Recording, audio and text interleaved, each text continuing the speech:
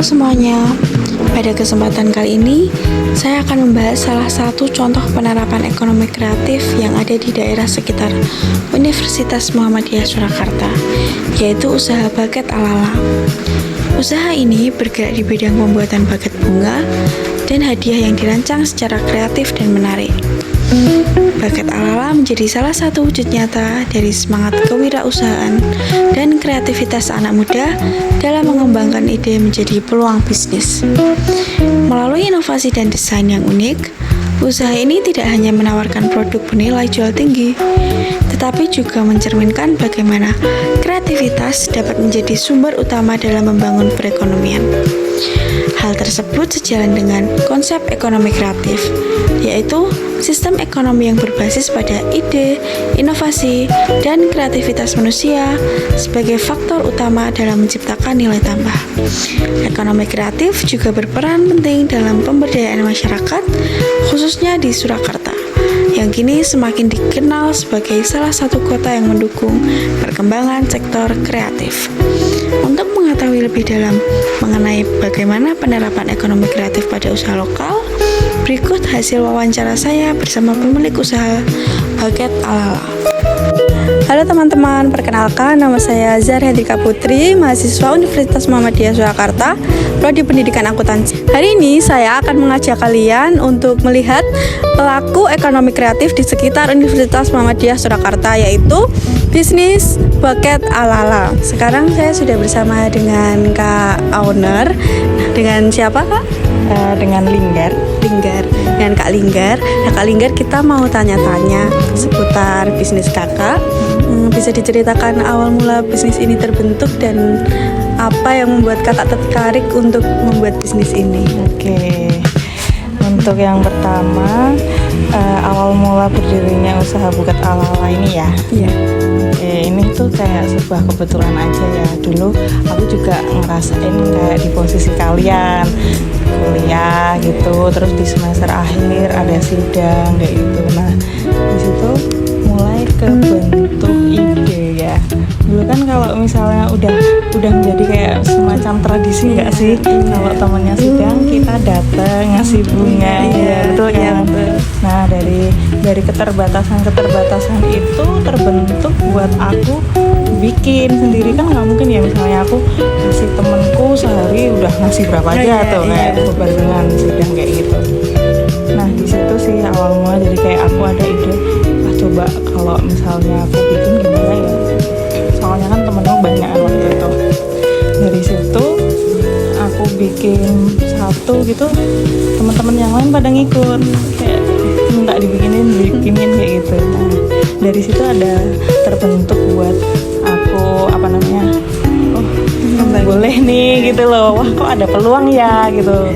Nah, dari situ awal mulanya ada ide itu karena keterbatasan aku sendiri gitu. Jadi kayak temannya banyak terus bikin sendiri aja gitu ya, kayak itu. Ya. Terus menurut Kakak apa yang membedakan produk Kakak dengan produk lain yang di pasaran? Oke.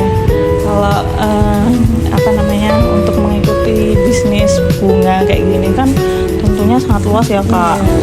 Nah, kalau aku sendiri dari brand ala-ala di sini tuh yang ngebedain terutama sih di style model buketnya.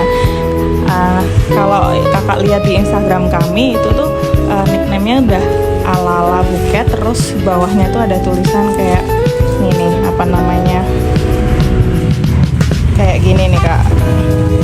Jadi Korean buket, Korean style buket flower. Nah, yang mungkin salah satu yang membedakan buat ala-ala sama buket-buket yang lain, kita lebih nge-branding style buket yang kekinian gitu. Jadi untuk wrappingnya nggak monoton, nggak melulu tentang kayak gitu. Jadi mungkin kan bisa dilihat ya, Kak, kayak gini nih. Jadinya kayak buket-buketnya itu lebih rame gitu lah, aksesorisnya ya kayak gitu sih. Dan lebih banyak warnanya dan cantik gitu, betul. Terus untuk Kakak berinovasi dengan bahan, warna baketnya dan bentuk-bentuknya itu gimana ya, Kak? Oke, kalau sekarang mah mudah ya, Mbak, untuk mengakses apapun itu kayaknya lebih mudah dibandingkan dulu, benar kan? Kita kita bisa cari referensi itu banyak banget sekarang. Media sosial baik apapun itu kayak untuk mengakses buat cari ide itu lebih gampang sih.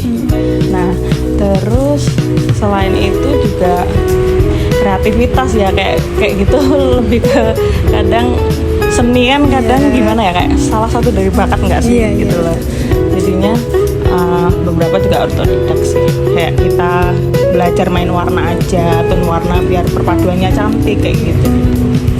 Terus untuk dampak di lingkungan sekitar, apakah contoh mungkin bisa kayak menciptakan lapangan kerja, kan di sini lingkungan sekolah mahasiswa kan bisa part time di sini gitu, mempengaruhi Kak? Ya tentunya Kak, ini banyak dari tim Alala ini ada juga yang sistemnya part time karena emang dia juga kuliah gitu. Jadi kan timnya banyak ya Kak, kayak ada tim produksi, terus bahkan admin, terus habis itu media sosial juga udah sendiri-sendiri gitu loh di sini itu. Nah itu banyak dari mahasiswa juga gitu. Jadi sangat membantu mahasiswa juga ya, ya. Membuka lapangan kerja. Ya tambah-tambah jajan. Ada part-time. Ya, terus untuk kalau menjalankan bisnis kan panjang ya Pak Kak. Maksudnya untuk menjalankan sampai sebesar ini alhamdulillah ya Kak. Nah itu ada tantangan yang berkesan atau apa gitu nggak Kak? Ya tentunya ya, apalagi aku rasa pasar sekarang tuh makin sensitif terhadap value produk gitu loh. Kalau kamu pengen bertahan, kalau kamu pengen lebih, maksudnya kan selain kompetitor semakin banyak tentunya, kamu kan juga harus selesai sama produkmu dulu, harus selesai sama value produkmu itu loh. Kalau kamu udah beres di situ, kalau mau kamu kompetitornya berapa aja, pasti brandingmu kuat gitu. Nah kalau sekarang kan di zaman digital ya Kak, ada TikTok, Instagram. Nah Kakak itu melihat peluang itu, Kakak gimana memasarkan produk-produk Kakak biar lebih terkenal?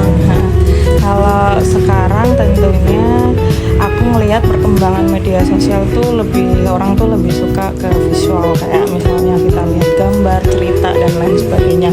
Untuk saat ini branding Alala itu lebih kencengnya di media sosial Instagram ya Kak gitu. Jadi aku gunain Instagram itu sebaik mungkin. Dan kalau Alala sendiri kan kalau bunga bakat kayak gini, cuman kekurangannya tuh belum begitu berani dipasarkan di luar kota. Resikonya kan lebih tinggi gitu loh. Misalnya pun kalau kita mau memperluas untuk pemasarannya, buat saat ini tuh yaitu di Instagram sama di TikTok tuh. Jadi kayak bukan video-video gitu ya, kayak tadi sempat lihat juga kan di TikTok, Instagramnya gitu. Nah Kakak ada pesen nggak buat kayak kita kan semester akhir nih, biar kalau mau join ke ini kan termasuk ekonomi kreatif ya Kak, Kakak punya pesan gitu nggak untuk anak-anak muda?